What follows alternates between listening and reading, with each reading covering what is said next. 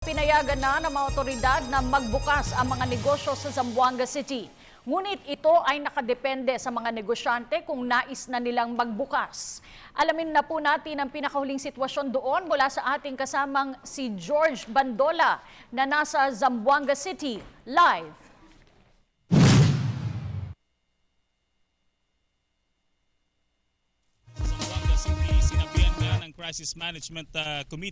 Sinabihan ng Crisis Management Committee na po pwedeng magbukas yung mga negosyo, lalong-lalo na doon sa mga malalayo, doon sa crisis area o doon sa conflict area. Pero ang sabi ng Crisis Management Committee, nasa diskresyon pa rin ng mga negosyante ang desisyon kung magbubukas ba sila o hindi, kung paano magiging operasyon, operating hours ng mga ito. Dahil sinabi nitong si Pocholo Sullivan, ang president ng Zamboanga Chamber of Commerce and Industries, ay sinabihan sila ng Crisis Management Committee na patuloy na magbantay at magkaroon ng ilang mga pagbabago sa mga operating hours ng mga ito upang hindi matiktikan ng anumang mga nananakot o posibleng mga supporters ng grupo nitong MNLF sa ilalim ni Nurmi Suari.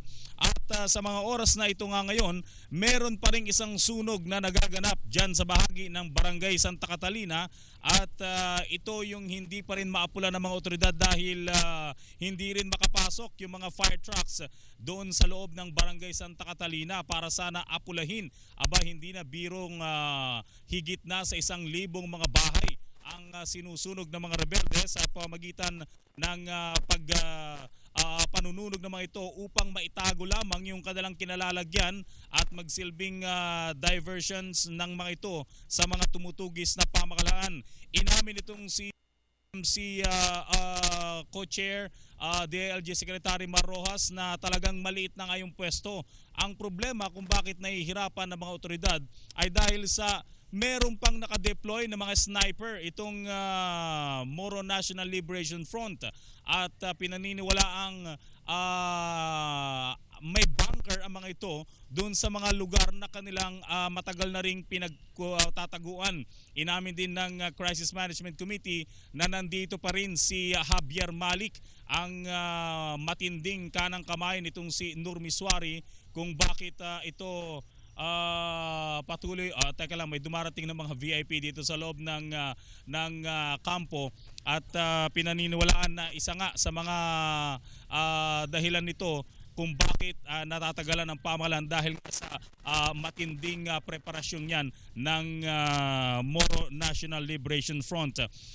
Ang sinasabi ng Crisis Management Committee, 344 million pesos araw-araw ang nawawala sa Zamboanga City. Lalong-lalo na ang mga bank earnings at mga commercial establishments, ayon na rin dito sa Crisis Management Committee kung bakit patuloy na ito yung kanilang tinitingnan ng sitwasyon.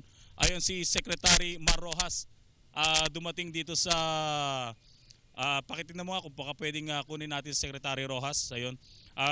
Dumating dito sa loob ng Air Force Base. At pinapatingnan ko lamang dito kay Joel Mamaril kung makakapagbigay siya ng ilang mga pahayag dahil nagkaroon ng sa closed door security briefing itong si DILG Secretary Mar Rojas dito sa Western Mindanao Command at talagang pinag-uusapan kung paano nga ba yung magiging sistema ng pamahalaan, lalong-lalo na napapabalita na meron ng supporters itong MNLF Miswari faction sa bahagi naman ng Midsayap sa North Cotabato. Pero ito po ay base lamang sa ilang mga rinig at reports na ating natatanggap dito kung kaya't nagkaroon ng immediate closed door security brief ang Crisis Management Committee dito po sa bahagi ng Zamboanga City naman. At patuloy na ating inaantabayan yung ilang mga security officers ng pamahalaan dahil nandito sila ngayon. At and I believe mukhang aalis itong si Secretary Mar Rojas mula rito sa lungsod ng Zamboanga. Okay, wala. Anyway, patuloy nating antabayan itong nangyayaring sigalot sa Zamboanga City hanggang sa tuluyan o paniwala ng mga otoridad. May mga ilang kinakailangan silang matinding gagawing operasyon para tuluyang mahinto ang mga ginagawa nitong Moro National Liberation Front. 2 attack helicopter na rin ang hindi na lumulubay at manakanakang ginagamit ng Philippine Air Force upang tuluyang ma-pressure ang mga grupo nitong MNLF. So ito po ang mga pinakahuling pangyayari dito sa Zamboanga City para sa Telebisyon ng Bayan kasama ang Radio Television Malacanang at si Eddie Arellano at Joel Mamaril. Para sa Telebisyon ng Bayan, George Bandola. Kathy?